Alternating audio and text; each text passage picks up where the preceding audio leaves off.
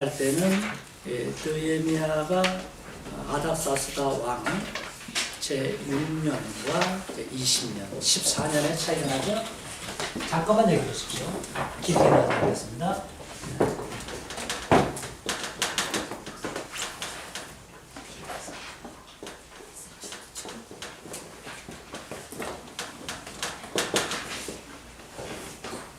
14년 만에 차이가 납니다. 14년 만에 차이가 나는 것은 아닥사스다 제6년에 에스라가 두 번째로 이스라엘 백성을 이끌고 돌아오죠. 그리고 아닥사스다 20년에 느헤미야가 마지막 3차로 이스라엘 백성을 이끌고 돌아오게 되는데, 아닥사스다 왕 제6년, 아닥사스다 제20년이 실제로 성경 역사에 444년으로 되어 있습니다. 이 아닥사스다 왕 제20년이. 그리고 아닥사스다 왕 제6년은 458년입니다. 그래서 이 차이가 14년의 차이가 있는데 6년과 20년이라고 성경에서 분명히 밝혀주고 있습니다. 이와 같이 성경의 역사는 세상 역사와 함께 하나님의 언약을 이루는 역사로 전개되고 있다는 것이죠. 그러니까 느헤미야보다 에스라는 14년 먼저 돌아왔습니다. 그리고 14년 후에 느헤미야가 돌아오는데, 나중에 이 두 사람은 힘을 합해서 마지막 이스라엘을 대개혁을 하죠. 그 두 사람을 통해서 이스라엘이 개혁을 하죠. 바벨론 포로우 시대의 두 사람, 에스라와 느헤미야입니다. 에스라는 이제 어떤 역할인가 다음에 에스라서 할 때 말씀드리기로 하겠습니다. 그래서 느헤미야 제1장에는 이 여기서 나타난 왕이 누구냐면 바로 아닥사스다 왕이에요. 아닥사스다 왕은 에스더가 있을 때 왕이 크세르크세스라고 합니다. 크세르크세스. 이 크세르크세스라는 말은 페르시아입니다. 페르시아. 그리고 셈족의 언어, 즉 히브리 말로 아람어로는 아하수에로입니다. 세몬입니다. 그래서 에스더에 나타나는 크세르크세스 이 왕은 아닥사스다 왕의 아버지예요. 그리고 그 에스더서에 나타난 크세르크세스의 이 왕이 암살을 당하는데, 아닥사스다가 크세르크세스 아들로서 암살자들을 죽이고 자기가 왕이 됩니다.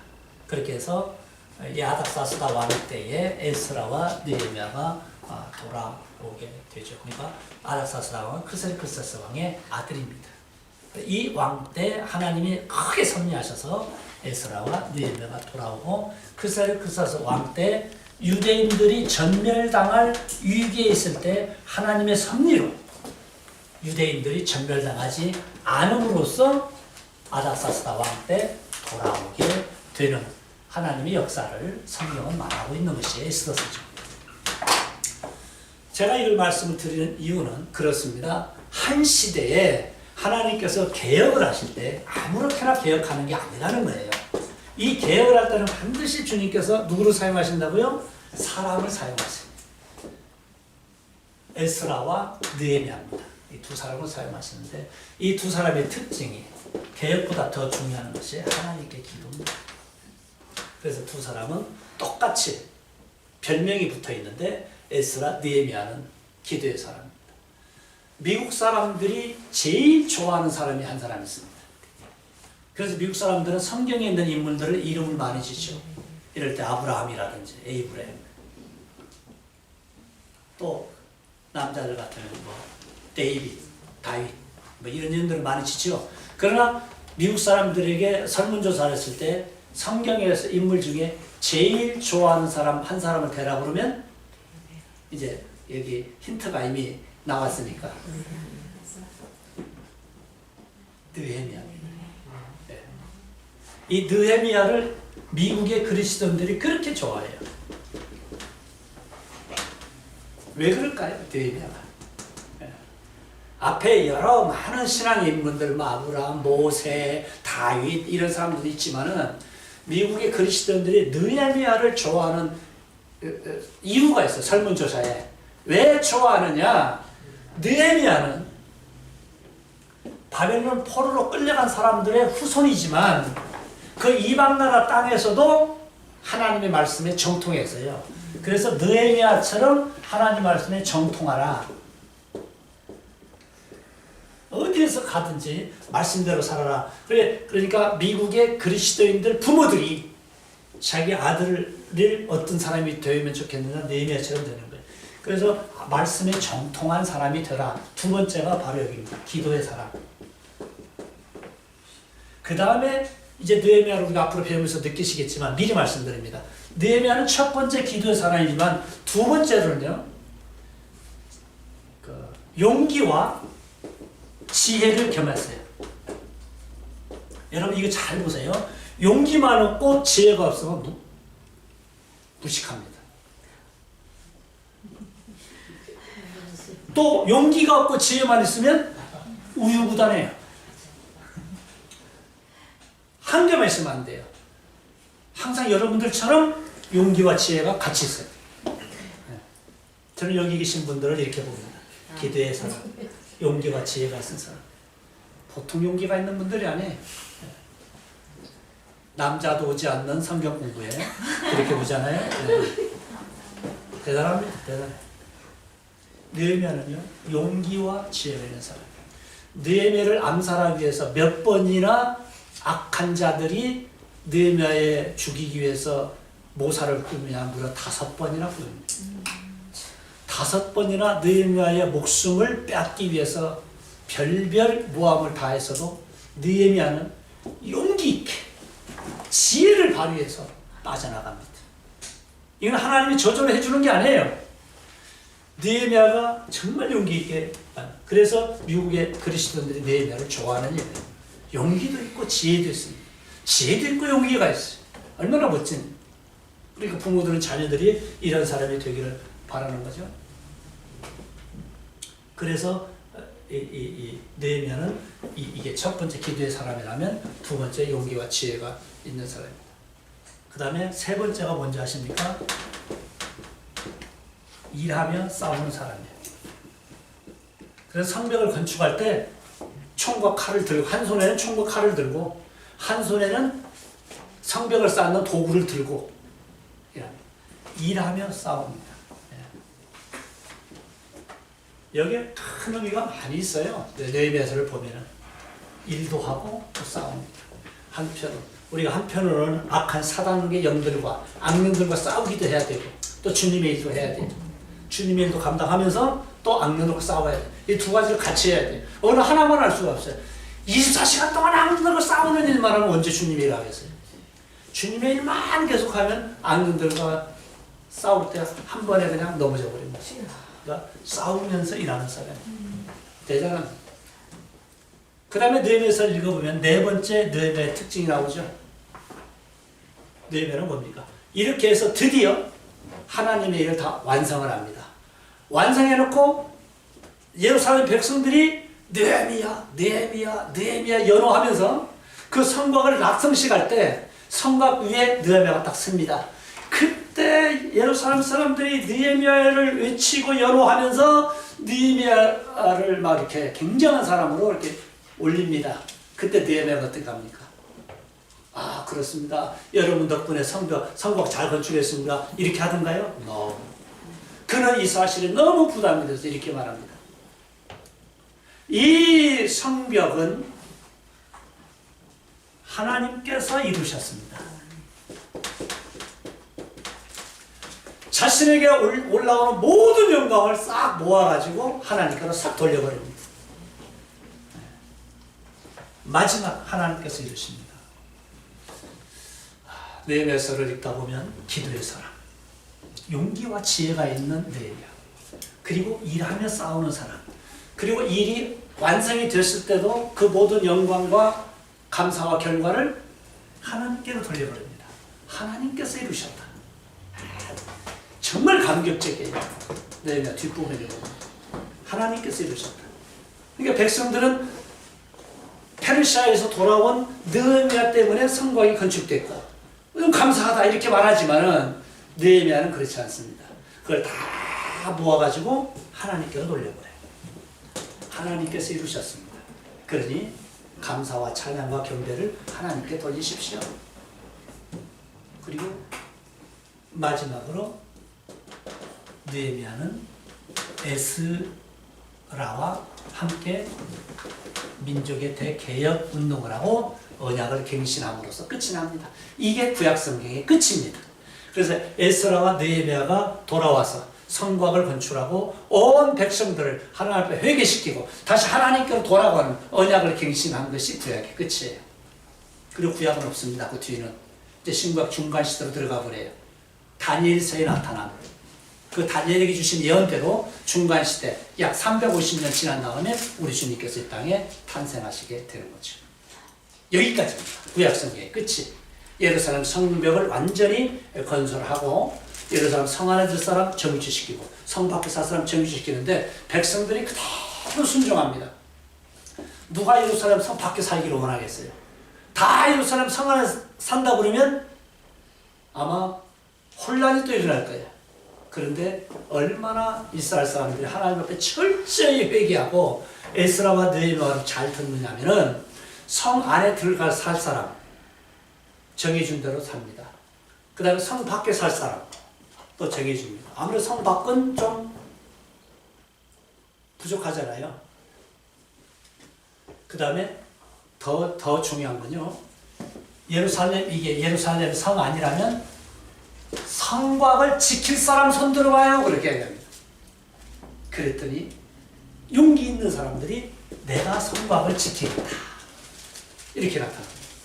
그러니까 다 예루살렘 성 안에만 살겠다. 그러면 참 곤란할 텐데 성 안에 살 사람, 성 밖에 살 사람, 또 이 성곽을 지키는 사람. 그랬더니 더 자원해서 성곽을 지키겠다고 또 얘기를 합니다.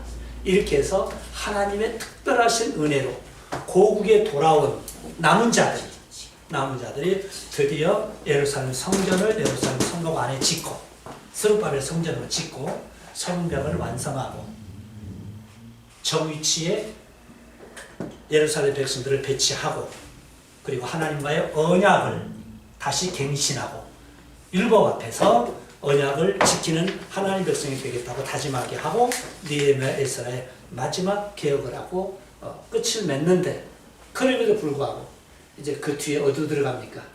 페르시아 다음이 어디죠? 바벨론, 페르시아, 헬라 통치하고 들어갑니다. 그러니까 이스라엘 바벨론 통치받았죠. 페르시아 통치받았죠.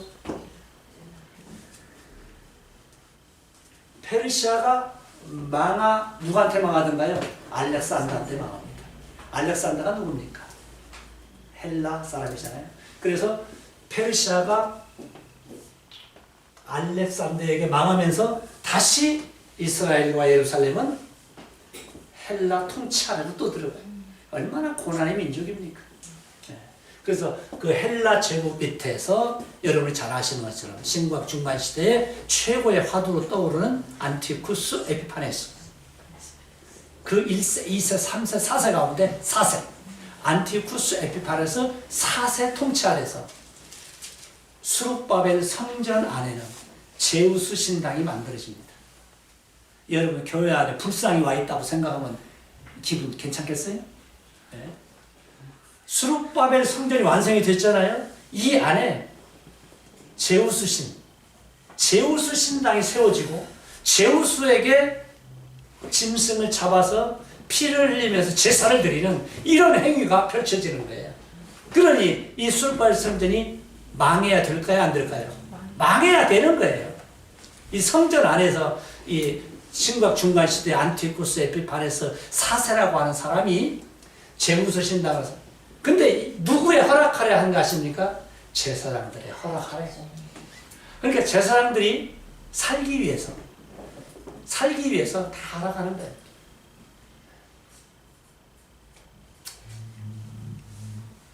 여러분이 교회에다 불상 놓겠다고 그러면 여러분 어떡합니까? 나 죽이고 들어가라 그러지 않겠습니까? 그런데 여기 제사장들은 다 허락했어요. 먹고 살기 위해서.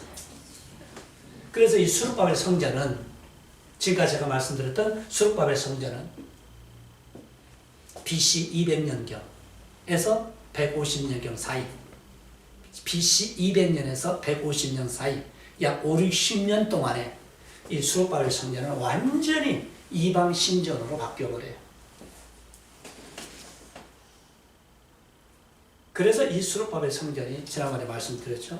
로마에 의해서 로마 군대가 예루살렘에 진격해 들어오면서 헬라가 망하고 로마 통치 아래서 수룹바벨 성전은 또 완전히 파괴됩니다.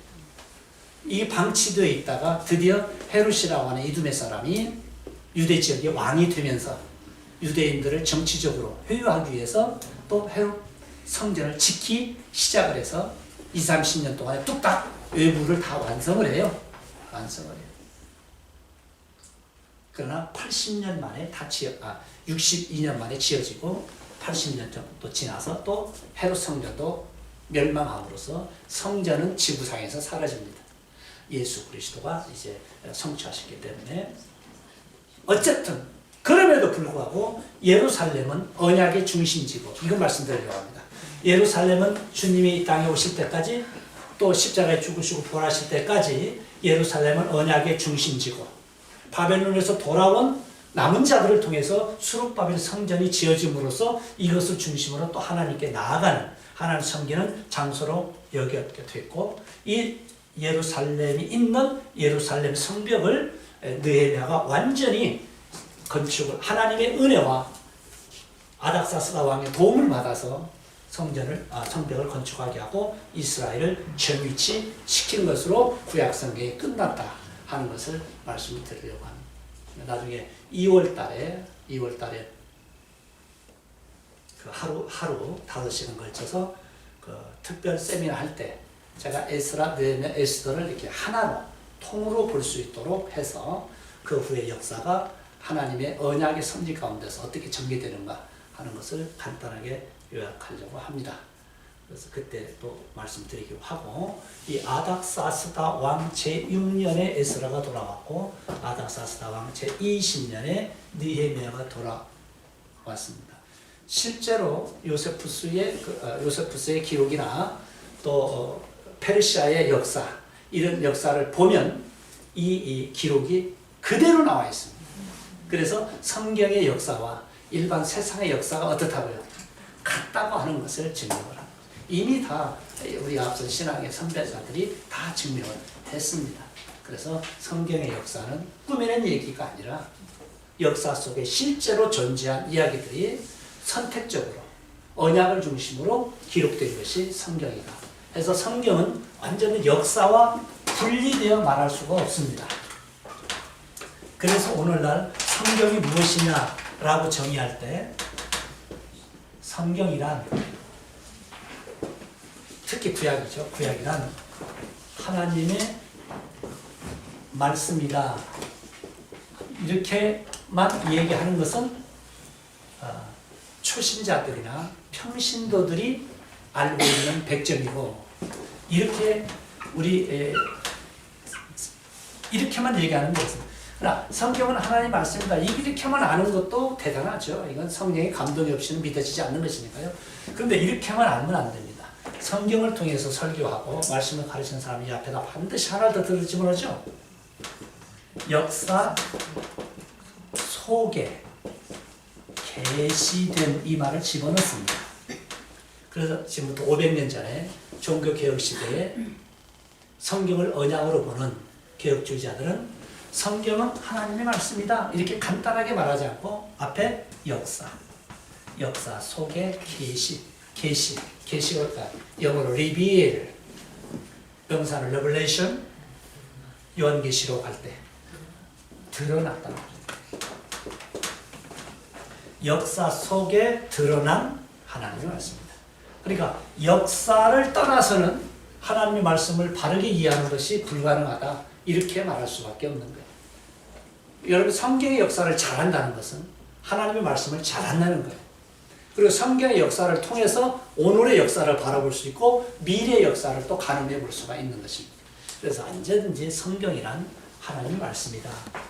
이것도 훌륭한 대답이지만 역사 속에 계시된, 이것이 바로 신학자들이 만들어낸 말입니다. 역사 속에 계시된 하나님 말씀. 역사와 말씀은 분리될 수가 없다. 자, 느헤미야서를 시작을 하면서 느헤미야서도 역시 아닥사스다 왕이라고 하는 역사 속에서 하나님께서 느헤미야를 통하여 어떻게 일하셨는가, 그걸 배우게 되는 거예요. 그러니까 느헤미야의 유대성을 드러내려고 하는 게 아니라 하나님께서 페르시아 아닥사스다 왕 때에 느헤미야를 역사 속에서 어떻게 사용하시는가, 주님의 언약을 위해서 느헤미야를 사용하셨습니다. 했을 때 느헤미야 쪽에서 보면 살해의 위협을 5번이나 당합니다. 이렇게 어려운 위기를 당하면서도 그는 시대를 원망하지. 왜 우리나라가 페르시아의 속국일까? 왜 자꾸 이렇게 어려운 일들이 있을까? 원망하고 불평하면서 일을 했나요? 아니에요. 다 하나님의 섭리로 받아들이고 하나님께서 어떻게 움직여 주시는가, 그 사실을 그가 느끼면서 하나님께서 이 일을 하실 텐데 내가 하나님 앞에 어떠한 도구로 사용되고 있는가, 그러면서 또 하나님의 뜻이 이루어지도록 사람의 마음을 움직여달라고 기도하는데, 이제 한번 한 군데 성경을 보면서 이 말씀을 맺겠습니다. 느헤미야 1장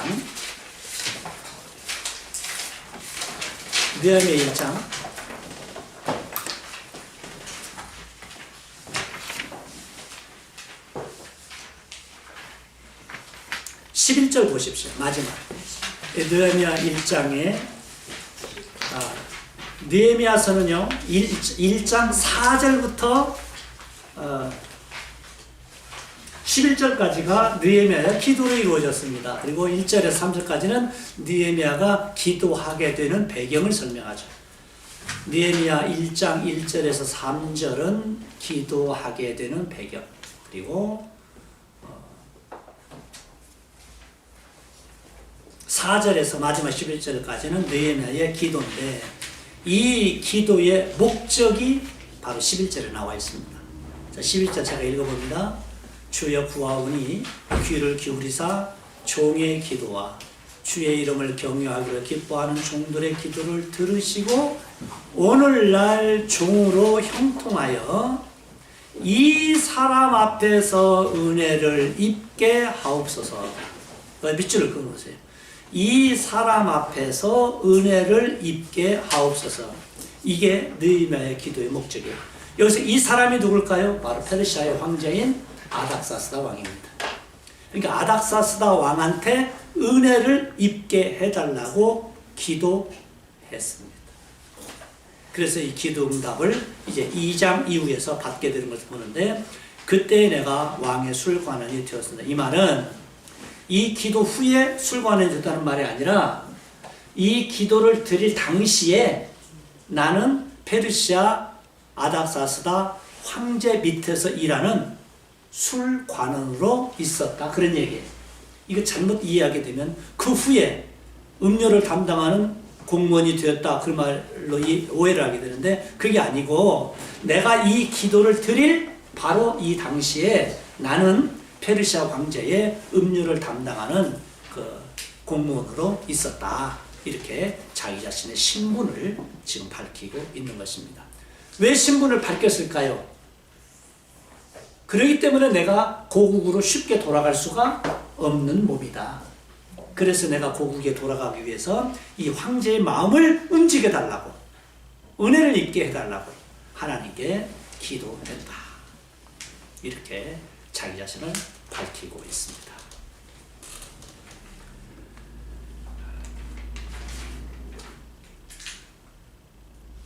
그 다음에 제가 앞에서 서론에 거의 1시간 동안 길게 말씀을 드린 내용이 여기 나오는데, 느헤미야의 기도는 바로 하나님의 언약에 근거한 기도인데 어디에 있습니까? 7절 보십시오. 7절.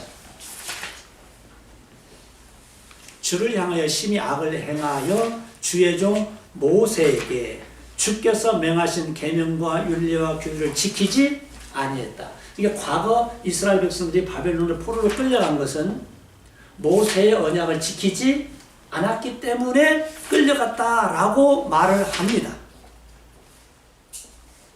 그러면서 8절과 9절을 함께 보셔야 됩니다. 이 8절과 9절은 신명기 30장 4절의 그대로 인용입니다. 모세 시대에 가나안 땅에 들어가는 출애굽 1세대들에게 이 8절과 9절을 했습니다. 그걸 그대로 지금 느헤미야가 인용하는 겁니다.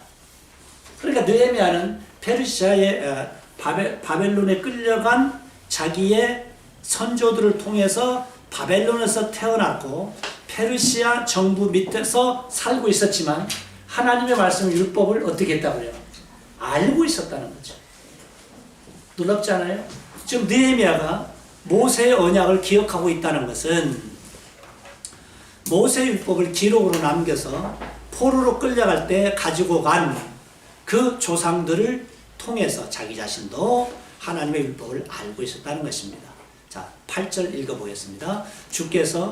옛적에 주께서 주의 종 모세에게 명하여 가라사대 만일 너희가 범죄하면 내가 너희를 열국 중에 흩을 것이요. 그래서 북국 이스라엘은 아시리아와 에집트로 흩어버리셨고 남쪽 유다도 역시 아시리아, 바벨론, 에집트 이런 열국으로 흩어버리셨잖아요. 9절 보십시오. 만일 내게로 돌아와서 내 계명을 지켜 행하면 너희 쫓긴 자가 하늘 끝에 있을지라도,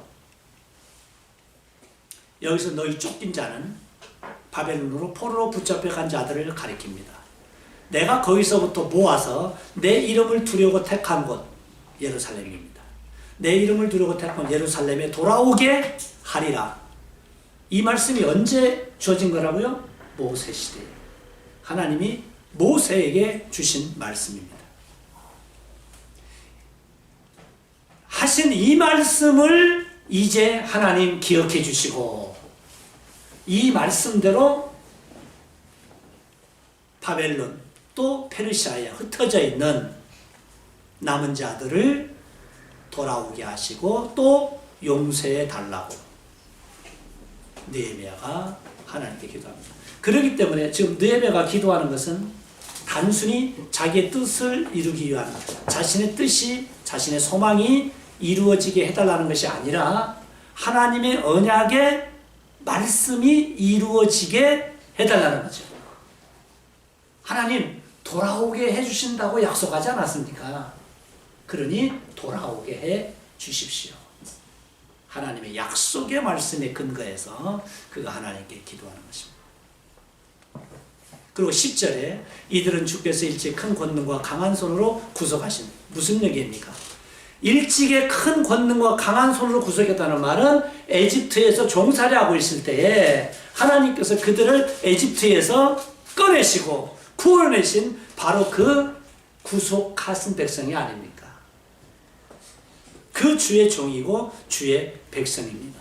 그러니 11절 이제 내가 하나님께 드린 이 기도, 언약에 근거해서 하나님이 그렇게 해주시겠다고 약속하신 그 말씀대로 내가 이 백성을 이끌고 가나안 땅으로 돌아가게 해주십시오.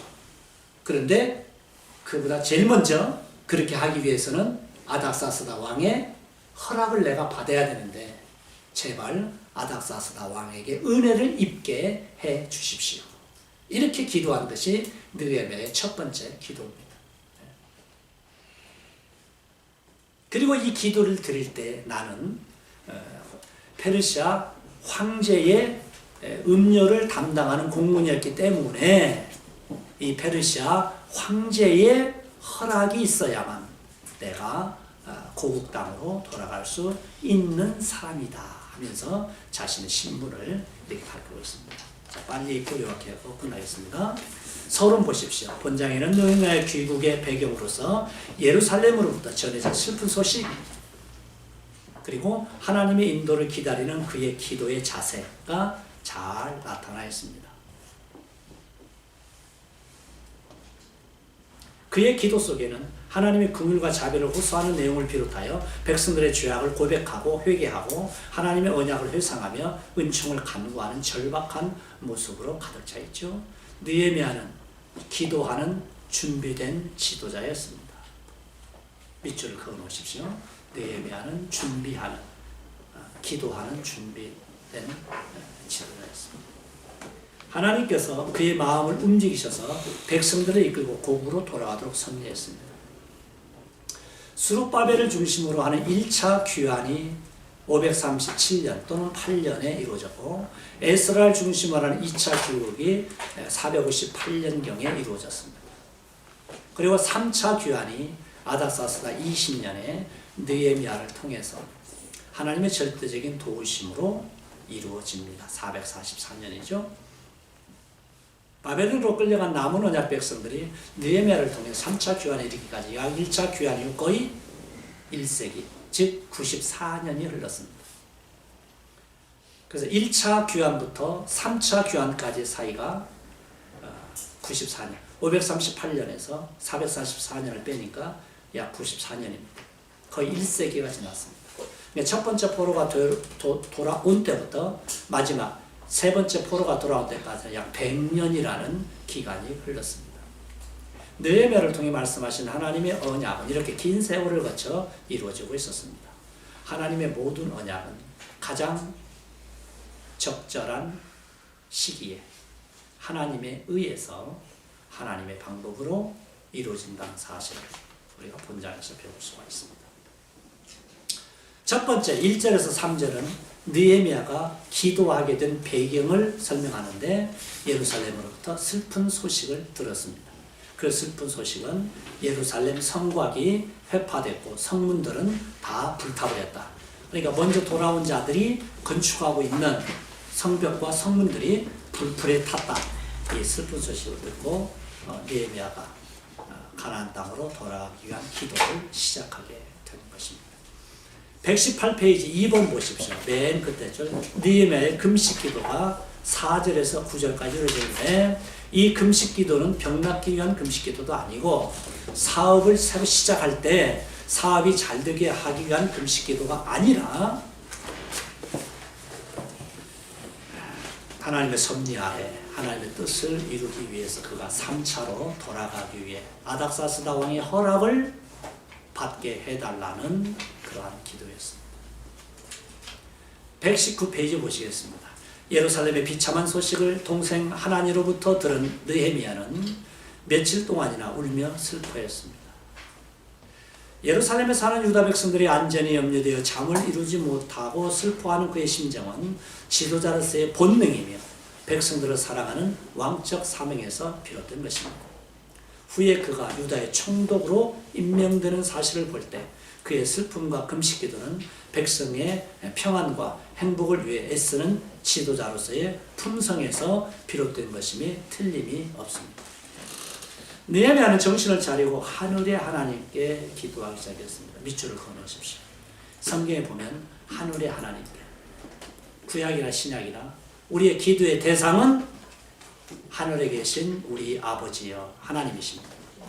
느헤미야도 하늘의 하나님께 기도했죠. 예수님께서도 우리에게 기도를 가르칠 때 하늘에 계신 우리 아버지여 이렇게 부르면서 기도하라고 가르쳐 주었습니다.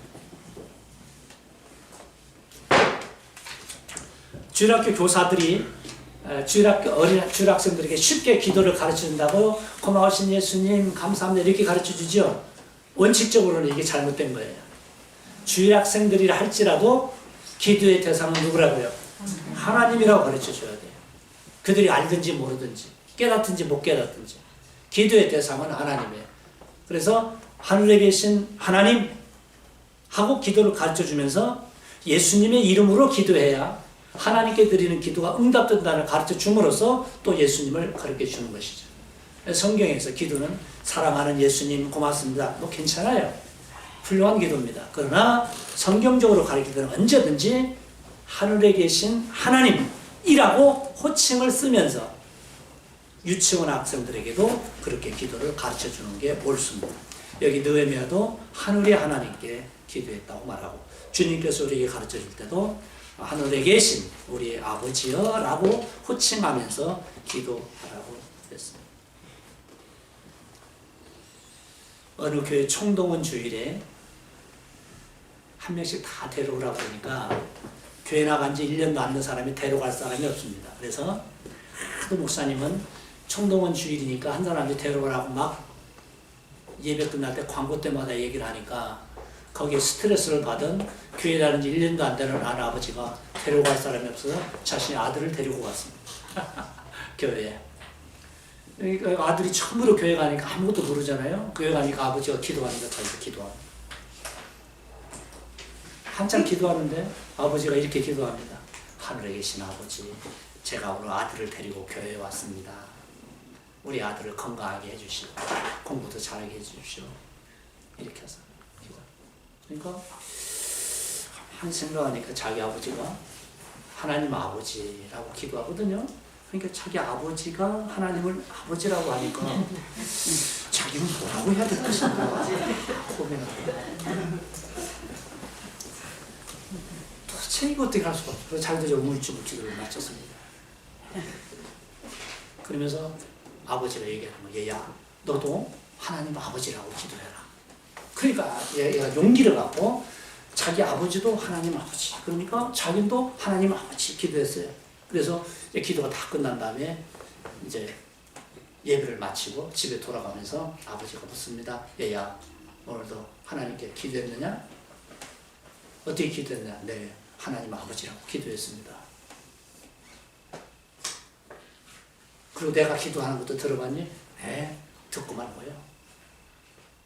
너는 오늘부터 교회를 잘 다니고 하나님을 아버지라고 부르면서 신앙생활 잘 하기를 바란다. 그러니까 이 아이가 마지막에 네, 형님.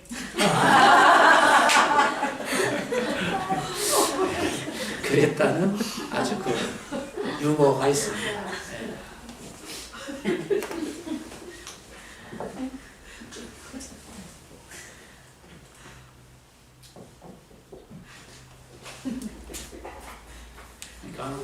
너무 반가워서 눈물 나죠. 2살 먹은 애기도 하나님 아버지, 5살 먹은 애기도 하나님 아버지, 우리도 하나님 아버지, 그 아이의 할아버지도 하나님 아버지. 하나님을 아버지라고 부를 수 있는 것은 영적입니다. 아무나 하나님을 아버지라고 부를 수 없습니다. 하나님 아버지 밑에서 우리 모두는 다 형제 자매다라고 예수님께서 이 땅에 계실 때 우리에게 말씀해 주신 내용입니다. 제가 책을 읽으니까 졸고 계시는 분이 있을까 해서 재미가 없죠. 119페이지 보십시오. 하늘의 하나님께 기도하기 시작했습니다. 자, 밑에서 세 번째 줄 얼른 보십시오. 119페이지. 느헤미야는 기도를 통하여 하늘의 하나님만이 살아계신 유일한 참 하나님이시며 동시에 크고 두려우신 하나님으로서 주를 사랑하고 주의 계명을 지키는 자에게 언약을 지키시며 첫째, 두 번째, 긍휼을 베푸시는 주님이라고 지금 선포하고 있는 것입니다. 이처럼 느헤미야는 언약을 지키시고 긍휼을 베푸시는 하나님의 속성에 호소하여 하면서 하나님 아버지께 죄를 자백하기도 하고 또 구할 것을 구하면서 기도를 드립니다. 그러니까 밑줄을 그어 놓으십시오. 하나님의 속성에 호소했다. 이 말입니다.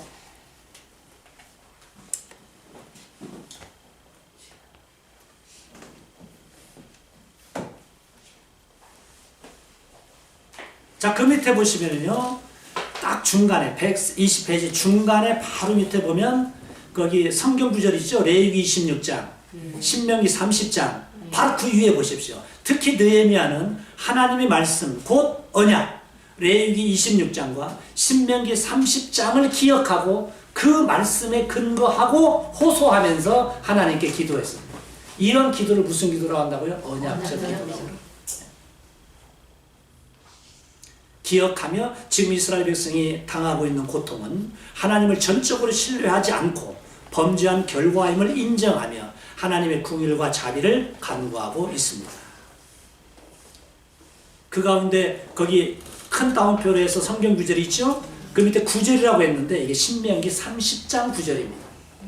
그 앞에 있었죠? 신명기 30장 구절.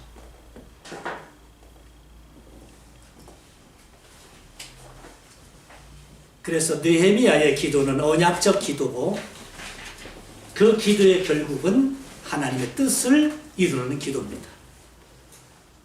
이와 같이 우리도 그리스도인들은 하나님의 뜻을 이루는 언약적 기도를 해야 된다는 것을 말씀을 드리면서 신약과 연결을 해봤는데 122페이지 보십시오. 바리새인들의 기도, 전혀 자신이 죄인인 것을 근거하지 않고 자신의 의로움을 드러내면서 자랑하는 기도입니다. 그러나 한 세리는 하늘을 감히 우러러보지도 못하고 하나님이여 나를 불쌍히 여겨달라고 하면서 나는 죄인입니다. 이렇게 기도를 했을 때에 주님의 칭찬은 이 바리새인의 멋진 기도가 아니라 이 세리의 자신을 죄인으로 인정하는 이 기도였다.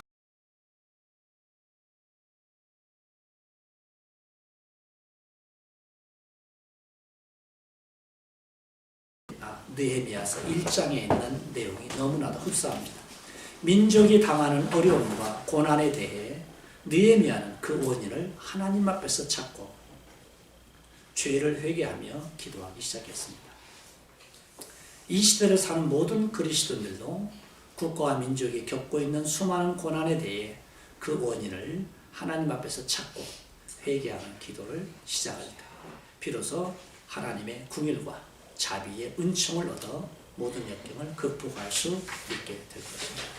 우리나라의 그 지금 현재 당하고 있는 어려움, 박근혜 대통령한테만 찾고 그 측근들에게서만 잘못을 찾는 것이 아니라 이러한 고난의 원인을 하나님 앞에서 우리가 찾을 수 있어야 한다. 이렇게 결론을 내려봅니다. 120페이지 보십시오. 자, 은혜를 잊게 하옵소서. 무슨 은혜냐? 참 내용이 황당합니다. 아닥사스다 왕에게 은혜를 잊게 해달라는 거예요. 여기 자칫 잘못하면 하나님의 은혜라고 말하기가 쉽죠. 그런데 하나님의 은혜를 잊게 해달라는 것이 아니라 아닥사스다 왕의 은혜를 잊게 해달라고 하나님께 기도한 겁니다. 은혜를 잊게 하옵소서. 아닥사스다 왕의 은혜를 잊게 해달라고 느헤미야는 하나님께 기도했습니다. 이게 아닥사스다 왕이 위대한 것이 아닙니다. 이 아닥사스다 황제조차도 하나님께서 움직이신다 하는 것이죠. 믿는 자나 믿지 않는 자나 신자나 불신자나 악한 자나 선한 자나 모두 다 하나님께서 다스리시고 이끄신다 하는 것이 성경의 사상입니다.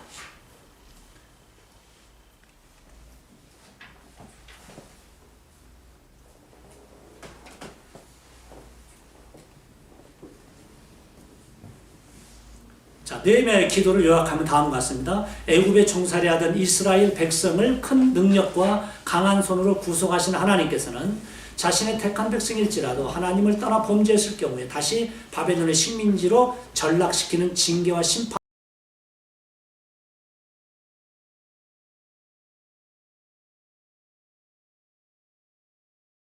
하나님의 징계와 심판은 공의로 보시고 지극히 마땅한 하나님의 진노라 할지라도 이제 회개하는 자신과 백성의 기도를 들으시고 용서해 달라고 간절히 기도합니다. 과거에 죄를 지어서 바벨론에 끌려갔다면 이제 돌아온 자들이 또 범죄함으로써 하나님의 심판을 받을 일만 남아있는데 그 심판은 거두어주시고 용서해 달라고 지금 느헤미야는 기도하는 것입니다. 그리고 그 기도 응답의 결과로 느헤미야는 페르시아 왕에게 은혜를 입어서 고국으로 돌아가게 해달라고 간청했습니다. 왜냐하면 느헤미야 자신은 페르시아 왕궁에서 왕에게 음료를 제공하는 신분으로 일하고 있었기 때문에 고국에 돌아가기 위해서는 왕의 허락이 있어야만 가능하기 때문에 느헤미야는 고국의 어려운 형편을 듣고 즉시 하나님께 죄를 자복하고 회개하는 기도를 드렸으며 또한 자신의 귀국을 위해서 페르시아 왕 아닥사스다의 마음을 움직여 왕의 허락을 받게 해달라고 하나님께 기도했습니다. 고국으로 돌아가게 해달라는 자신의 요구를 왕에게 먼저 말하지 않고 사람의 마음을 움직이시는 살아계신 하나님께 아뢰어 하나님의 뜻과 허락을 먼저 구하는 느헤미야의 태도는 모든 그리스도인들이 반드시 배워야 할 신앙적 태도라고 생각을 합니다. 기쁜 일이 있을 때는 먼저 하나님께 감사하기도 하죠. 또 고난이나 어려움이 있을 때는 먼저 자신의 죄와 허물을 살피고 구체적인 도움을 구하는 기도를 합니다. 하나님을 신뢰하는 느헤미야는 아닥사스다 왕의 은혜를 입고 고국으로 무사히 갈 수 있도록 하나님께 구체적인 기도를 하고 있습니다. 하나님이시여 제가 아닥사스다 왕의 은혜를 입게 하옵소서. 참 거기 다운표에 있죠. 그 내용을 히브리어 원문으로 보면 느헤미야가 하나님께 기도해서 그 기도의 응답을 받게 되는 그 단어가 팔랄이라는 히브리어 단어인데 이 팔랄이 어떻게 쓰였냐면 히브리어 7개 동사 가운데 히트파엘로 쓰여 있습니다.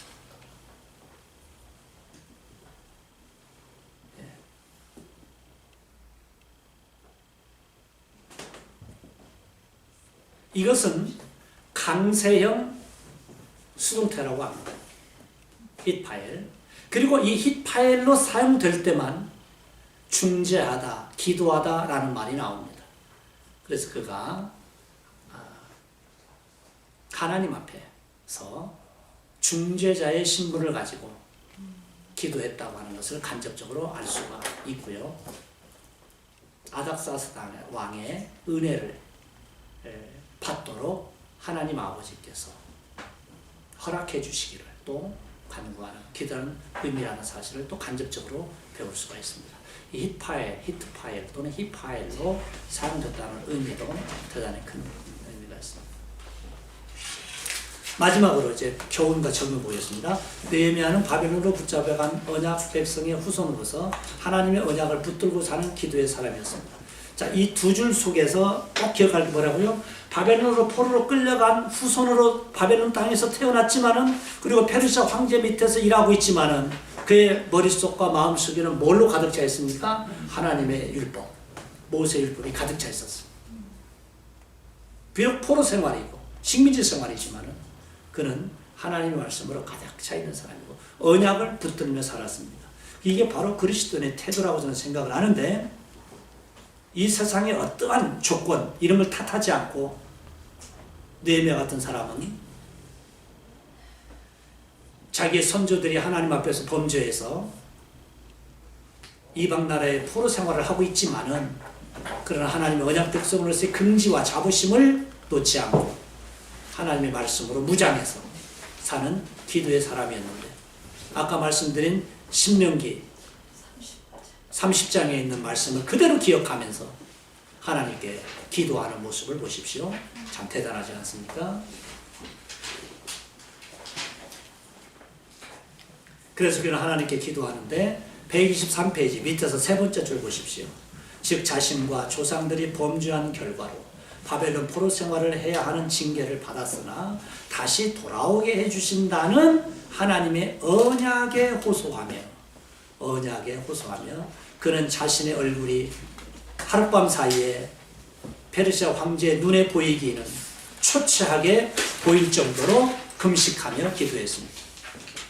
124페이지입니다. 그의 기도의 내용은 하나님이 자신이 섬기는 아닥사스다 왕에게 은혜를 있게 해달라는 것이었습니다. 아닥사스다 왕의 마음을 움직이셔서 예루살렘으로 돌아가기를 원하는 자신의 요청이 받아들이기를 원하는 느헤미야의 기도는 페르시아를 다스리는 분은 아닥사스다를 사용하시는 하나님이심을 드러낸 것입니다. 페르시아 나라, 페르시아의 황제조차도 하나님의 도구다. 그런 얘기입니다. 세상 역사와 우주 만물의 주관자는 세상을 창조하시고 당신의 뜻대로 보존하시고 통치해 나가시는 전능하신 하나님이심을 배웁니다. 어떤 일을 하기 전에 또는 어떤 사람을 대하기 전에 그 일과 사람을 주관하시는 하나님께 먼저 기도하는 것이 하나님을 섬기며 사는 그리스도인들의 최우선 과제임을 느헤미야서 제1장 느헤미야의 기도에서 배울 수 있는 중요한 교훈이다. 이렇게 결론을 내려. 기도하는 것 자체가 하나님이 살아계시고 지금도 역사하시고 우리를 다스리시는 분이시라고 하는 것을 드러내는 것입니다. 우리가 눈에 보이지 않는 하나님을 드러낼 수가 없죠. 기도는 하나님을 드러내는 최고의 신앙 표시다. 제가 다음 주에 그 기도책을 한 것씩 드리면서 좀 설명을 5분만 드리겠습니다. 거기에 칼빈 같은 사람은 기도가 무엇이냐라고 할 때 기도는 신앙의 최상급의 표현이다. 이렇게 말했어요. 내가 하나님을 섬기는 사람입니다. 이것을 드러낼 수 있는 최고의 모습이 뭐라고요? 기도라. 칼빈은 그렇게 말을 했습니다. 기도야말로 신앙 표시 중에 최고의 신앙 표시가 기도다. 이렇게 칼빈 같은 경우는 말을 했습니다. 자, 이렇게 해서 오늘 에스라 10장 마지막 장과 느헤미야 제1장을 함께 본문을 중심으로 공부를 했습니다. 이렇게 여러분들이 귀한 시간을 할애하면서 이렇게 배우시는 하나님의 말씀이 여러분의 삶 속에 또 설교에 많은 도움이 될 수 있기를 바랍니다. 질문 있습니까? 저기 목사님은 헬스원전을 84년마다 지었다고 그랬잖아요. 네. BC 20년부터 64년. 예. 그런데 성경에 요한복음 2장에 보면 네. 예수님께서 헤롯이 46년을 지은 네. 성경을 사람들이 그거를 그러니까 그 당시까지 계산하면 그게 거의 맞아요. 왜냐면 BC 20년도 지었죠. 예수님이